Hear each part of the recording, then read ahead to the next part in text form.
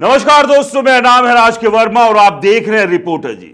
आज हम बात करेंगे एक ऐसे सेक्टर की जो हर किसी के सपनों से जुड़ा है, रियल एस्टेट।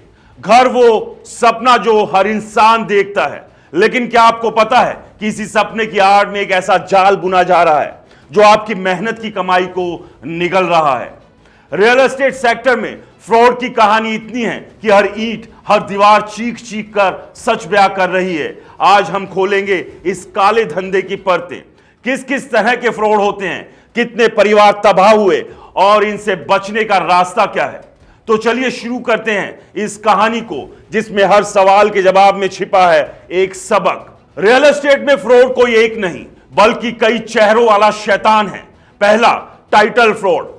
यह वो धोखा है जिसमें कोई शख्स आपको ऐसा घर बेच देता है जो उसका है ही नहीं। फर्जी कागजात, नकली मकान मालिक और आपकी जिंदगी भर की कमाई हवा में, जिसका उदाहरण है गोवा। और गोवा में आपने देखा ही होगा इस तरह के सैकड़ों मामले सामने आए जिनकी अब जांच चल रही है। दूसरा, मॉर्गेज फ्रॉड, जहां लोग बैंक को झूठी जानकारी देकर लोन लेते हैं और फिर गायब हो जाते हैं। तीसरा, वायर ट्रांसफर फ्रॉड। ऑनलाइन दुनिया का यह खेल ऐसा है कि आप पैसे भेजते हैं सही जगह, लेकिन वो पहुंचते हैं गलत हाथों में। चौथा है लिस्टिंग फ्रॉड, नकली विज्ञापन जो आपको सस्ते घर का लालच देते हैं और डिपॉजिट लेते ही सब खामोश। और पांचवा, प्रोजेक्ट डिले फ्रॉड, जहां बिल्डर दावा करते हैं कि अगले साल घर मिलेगा, लेकिन सालों तक सिर्फ नींद की ईंटें ही दिखती है।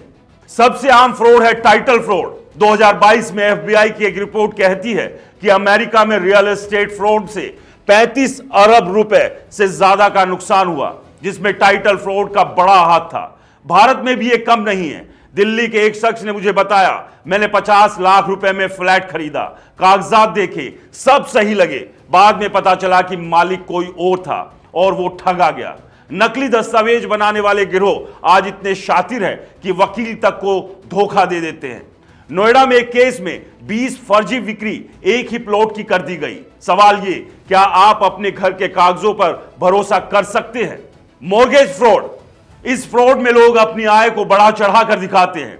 फर्जी सैलरी स्लिप, नकली नौकरी के कागज और बैंक लोन दे देता है, फिर वो पैसा लेकर गायब। भारत में एनपीए का एक बड़ा हिस्सा इसी फ्रॉड से जुड़ा है। रिजर्व बैंक की 2023 की रिपोर्ट कहती है कि 2.5 लाख करोड़ के लोन पिछले 5 साल में डूब गए, जिसमें रियल एस्टेट का बड़ा योगदान है। मिसाल के तौर पर पंजाब नेशनल बैंक में एक शख्स ने 10 करोड़ का लोन लिया, फर्जी प्रॉपर्टी दिखाकर, और फिर विदेश भाग गया। बैंक का पैसा गया और खरीदारों के सपने भी। Wire transfer fraud, online transaction ने सुविधा दी लेकिन फ्रॉड को भी हवा दी। वायर ट्रांसफर फ्रॉड में स्कैमर ईमेल हैक करते हैं और पेमेंट्स की डिटेल बदल देते हैं। गुरुग्राम के एक परिवार ने 25 लाख रुपए का डाउन पेमेंट गलत अकाउंट में भेज दिया क्योंकि बिल्डर का ईमेल हैक हो गया था। अमेरिका में 2021 में ऐसे फ्रॉड से 270 अरब रुपए का नुकसान हुआ। भारत में भी ये बढ़ रहा है क्योंकि हम डिजिटल इंडिया की राह पर है, लेकिन साइबर सिक्योरिटी की रफ्तार बेहद धीमी है। लिस्टिंग फ्रॉड, इस फ्रॉड में स्कैमर नकली प्रॉपर्टी की लिस्टिंग करते हैं, सस्ता दाम, शानदार तस्वीरें और आप डिपॉजिट दे देते हैं, फिर वो गायब। मुंबई में एक शख्स ने मुझे बताया, मैंने ऑनलाइन एक फ्लैट देखा, 5 लाख रुपए एडवांस दिए, बाद में पता चला वो प्रॉपर्टी थी ही नहीं। भारत में हर साल हजारों लोग ऐसे झांसे में आते हैं। रियल एस्टेट पोर्टल्स पर नकली लिस्टिंग की बाढ़ है और आम आदमी ठगा जाता है। पोजेशन डिले फ्रॉड, यह फ्रॉड भारत में सबसे बड़ा है। बिल्डर प्रोजेक्ट शुरू करते हैं, आपसे पैसा लेते हैं और फिर सालों तक कुछ नहीं होता। नोएडा, ग्रेटर नोएडा, गुरुग्राम सहित लाखों से ज्यादा परिवार आज भी अपने घर का इंतजार कर रहे हैं। जेपी ग्रुप का एक प्रोजेक्ट विश टाउन 12 साल से अधूरा है। लोग सड़कों पर प्रदर्शन करते हैं लेकिन बिल्डर जेल में है और घर अभी भी सपना है। हरेरा की रिपोर्ट कहती है कि हर तीसरा प्रोजेक्ट देरी का शिकार है।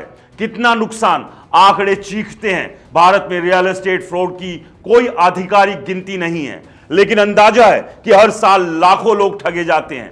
एनसीआरबी की 2022 की रिपोर्ट कहती है कि प्रॉपर्टी से जुड़े अपराधों में 15% की बढ़ोतरी हुई है। गुरुग्राम में ही 2000 से ज्यादा शिकायतें हरेरा के पास है, या फिर यह संख्या इससे भी कहीं ज्यादा है। अमेरिका में 2022 में 11,000 से ज्यादा मामले दर्ज हुए और नुकसान 35 अरब रुपए से ज्यादा। यह आंकड़े सिर्फ संख्या है, बल्कि टूटे सपनों की गिनती है। अब इस सब के बीच सबसे बड़ा सवाल यह है, बचाव का रास्ता क्या है? तो सावधानी ही हथियार है।